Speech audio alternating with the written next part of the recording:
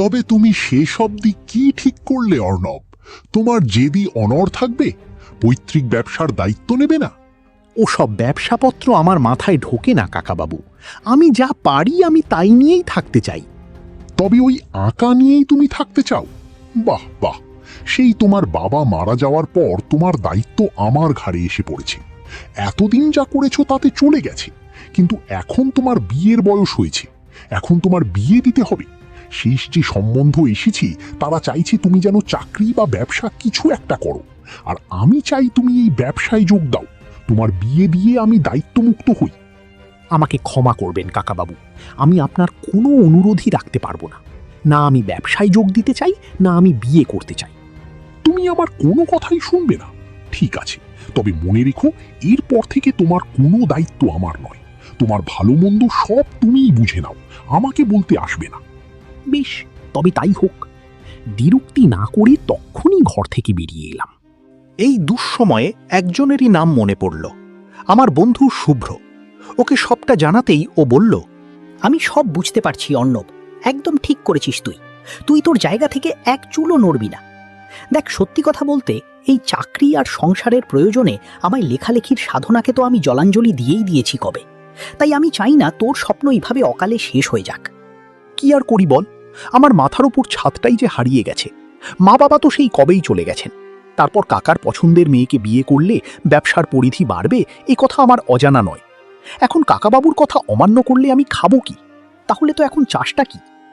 জানি না রে, তবে এখন মনে হচ্ছে মনের মতো আঁকাআঁকি করে সেটা সঠিক মূল্যে বিক্রি করতে পারলে আমার পায়ের তলার মাটিটা খানিক শক্ত হতো। এ তো খুব ভালো কথা। সমস্যাটা অন্য জায়গায় শুভ্র। আমি এখন সবুজের মধ্যে থেকে মনটা আগে শান্ত করতে চাই। আসলে আমার মাথায় প্রচুর ভাবনা কিলবিল করছে, কিন্তু কিছুতেই তাদের ক্যানভাসে নামাতে পারছি না। এই শহরের এই আবহাওয়ায় সেসব কিছুতেই সম্ভব হয়ে উঠছে না। শোন শোন, চিন্তা করিস না। আজকেই তুই দুপুরে খাওয়া দাওয়া করে চলে যা চন্দনডাঙ্গার উদ্দেশ্যে। ওখানে আমার আত্মীয় থাকে, তুই যেমনটাই চাইছিস তেমন জায়গা। আমি তোকে আমার আত্মীয়র ফোন নম্বর আর ঠিকানা দিয়ে দিচ্ছি। আরে এই নে, এটা রাখ, তোর কাজে লাগবে। আরে আরে, কি করছিস কি তুই? আমার কথা ভাবতে হবে না, খেয়ে এক্ষুনি রওনা দে। কিছু পরেই একটা বাস আছে। রোদ ঝলসানো দুপুরে বাস স্ট্যান্ডে দাঁড়িয়ে থাকতে থাকতেই যখন আমার করুণ দুর্দশা, অবশেষে বাসের দেখা পেলাম। বাসে উঠে কোনো সৌভাগ্যক্রমে বাসের পিছন দিকে একটা জায়গা পেয়ে গেলাম, জানলার পাশে। এই টিকিট টিকিট দাদা, একটা শিমুলতলির টিকিট দিন তো। এই নুন দাদা। যেতে কতক্ষণ লাগবে? শিমুলতলি লাস্ট স্টপেজ, সময় লাগবে, এলেই জানিয়ে দেব। এই টিকিট দাদা, টিকিটটা করবেন? জানলার গরম বাতাসের হালকা চোখে মুখে লাগছে। দুপাশে সার দেওয়া গাছের সারি পেরিয়ে বাস ছুটেছে হু হু করে। লোকজনের সমাগম, কথাবার্তা, বাস কন্ডাক্টরের হাঁকা, কিছুই আর আলাদা করে চেনা যাচ্ছে না। এমন এক চিন্তায় ডুবে যেতে লাগলাম ক্রমেই। মনের মধ্যে একটা দ্বিধা তো কাজ করছে, যা করছি তা আদৌ ঠিক করছি তো? একদম ঠিক কাজ করেছেন। ঝট করে তন্দ্রাচ্ছন্ন ভাবটা কেটে গেল। দেখলাম আমার পাশে কখন যেন এক সুবেশী তরুণী এসে বসেছে। আমি অবাক হয়ে বললাম, আপনি কি বললেন আমি কিছুই বুঝতে পারছি না। কি ঠিক হয়েছি? বলে মেয়েটি মুচকি হাসল। এই যে বাস, শুধু সবাই ঘুমিয়ে পড়েছে, আপনি এখনো ঘুমাননি, এটাই বলছিলাম। বেশ করেছেন।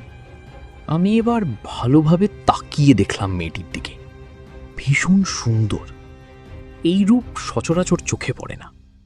মেয়েটির পরনের দামি পোশাক, মূল্যবান অলংকার স্পষ্টতই জানান দিচ্ছে কোনো অভিজাত পরিবারের মেয়ে বলে। তা কোথায় নামবেন আপনি? আমি শিমুলতলি নামব। সে তো এখনো ঢের দূর। আমি অবশ্য অত দূর যাব না। বুঝলে, আমার নিয়তি আমাকে টেনে নিয়ে যাচ্ছে বলতে পারেন। মানে, আমি ঠিক বুঝতে পারলাম না। মানে, আমি অর্ণব, একজন চিত্রশিল্পী। কাকাবাবুর কথা মতো ব্যবসার কাজকর্ম দেখাশোনা না করায় কাকাবাবু আমাকে ঘর ছাড়া করেছে। তাই এখন নিজের শখের দাম দিচ্ছি পথে ঘুরে ঘুরে। আমার সাথে যাই হয়ে যাক না, আমি আমার আঁকাআঁকিকে কখনোই ছাড়তে পারবো না। যাই হোক, দেখুন, আপনার নামটাই জানা হয়নি। আমি ঈশিতা। তবে আপনার মনের জোরকে মানতেই হবে। নিজের শখের জন্য ঘর ছাড়লেন, এরকম আমিও যদি পারতাম। আপনার শখ আবার কিসের অন্তরায় হলো? আমার গানের শখ ছিল ভীষণ। গান করতে খুব ভালোবাসতাম জানেন, কিন্তু এই যে ছাড়তে হলো গান। জানলার শীতল হাওয়া আমার মুখে এসে লাগলো। অজান্তেই কখন যেন সন্ধে নেমেছে। মেয়েটির কথার বিষণ্ণতার সুর আমার বুকের ভিতরে গিয়ে লাগলো। কিছু কিছু সময় কিছু বলার থাকে না, তাই চুপ করে থাকাটাই ভালো মনে করলাম। ঈশিতা আবার বলল, আমার আরেকটি ইচ্ছে ছিল জানেন তো, আমার নিজের একটা ছবি আঁকানো, একটা পোর্ট্রেট। সেও আর হয়ে উঠল কই, আমার একটিও ছবি নেই জানেন। ও মা, এই আর এমন কি কথা! আপনি যদি বলেন তাহলে আমি আপনার ছবি এঁকে দেব। আপনি আমার ছবি আঁকবেন? হ্যাঁ, আঁকব, তবে তার আগে কিন্তু আপনাকে একটা গান শোনাতে হবে। গান না, গান আমি গাইতে পারবো না, গান আমি গাইতে পারবো না, কিছুতেই না। হঠাৎ ওর মুখের কোমল রেখাগুলো কঠিন হয়ে উঠল, যেন চোখে মুখে ফুটে উঠল প্রচণ্ড এক ভয়। আমি ওকে থামিয়ে দিয়ে বললাম, বেশ বেশ, গান গাইতে হবে না, আমি আপনার ছবি এঁকে দেব, যবে আপনি বলবেন। ঈশিতা আমার দিকে তাকিয়ে হাসল। এখন ওকে অনেকটা শান্ত দেখাচ্ছে। ও অদ্ভুতভাবে হেসে প্রশ্ন করল, ভেবে বলছেন তো আমার ছবি আঁকতে আপনার অসুবিধা হবে না তো? না না, অসুবিধার কি আছে। বেশ, তবে চলুন আমার সঙ্গে আমার বাড়িতে। মানে এখন এই সময়? হ্যাঁ, এক্ষুনি। কিন্তু আমি যে শিমুলতলি যাব। আপনি শিমুলতলি যাবেন না, আপনি আমার সাথে যাবেন। কোনো এক মায়া যেন আমাকে না বলতে বাধা দিল। লক্ষ্য করলাম বাসটা থেমে গেছে। বাসের সিটে একটা লুকির চিহ্নও নেই। মনিকা বলল, কই আসুন। ঈশিতার পিছু পিছু নেমে গেলাম আমি। চারিদিকে তাকিয়ে দেখলাম বন জঙ্গলে ঘেরা একটা জায়গা। জনবসতি একেবারেই নেই। সামনে ঘন জঙ্গল, সেই জঙ্গলের ভিতরে একটা সরু পায়ে হাঁটা পথ এগিয়ে গেছে দূর প্রান্তে। যেতে যেতে ঈশিতা আমায় ডাকল, কই আসুন। আজ বোধহয় পূর্ণিমা। আধার জমা আকাশের বুকে রূপোর থালার মতন চাঁদ জ্বলজ্বল করছে। এই আলোতে ঈশিতাকে মায়াবিনীর মতন দেখাচ্ছে। কি জানি কোন জগতে নিয়ে চলেছে আমায়। অরণ্যের ভিতরের পশু পক্ষী ঝিঁঝিরা যেন আমাদের সাথে এগিয়ে চলেছে। ধীরে ধীরে চলতে চলতে প্রশ্ন করলাম, এত রাতে এই পথ দিয়ে একা চলতে আপনার ভয় করে না? ভয় কিসের? ভয়? আমার ভয় লাগে না। হঠাৎ কর্কশ কোনো নিশাচরের ডাকে আমি চমকে পিছনে ফিরে তাকালাম। ওটা কি সে শব্দ? ফিরে তাকিয়ে দেখি সামনে ঈশিতা নেই। আমি এদিক ওদিক খুঁজতে লাগলাম। ঈশিতা, ঈশিতা, কোথায় গেলে? ঈশিতার কোনো উত্তর এলো না। আমি অরণ্যের মাঝে উন্মাদের মতো খুঁজতে লাগলাম ওকে, কিন্তু কোথাও কাউকে দেখতে পেলাম না। তবে কি কোনো বিপদে পড়ল? এই অন্ধকার বনে এভাবে আসা উচিত হয়নি। আমার ভয় লাগলো, ভীষণ এক ভয় আমাকে গ্রাস করছে ক্রমশ। গাছগাছালি পেরিয়ে আমি যেন আরো বেশি অরণ্যের বুকের ভিতরে প্রবেশ করছি। হঠাৎ দেখতে পেলাম একটা ধ্বংসপ্রায় ভাঙা অট্টালিকা। প্রায় সবটুকু ধ্বংস হয়ে গিয়েছে। সামান্য কটা খিলান টিকে আছে কোনো মতে। রূপলি আলোয় প্রেতপুরীর মতো লাগলো আমার।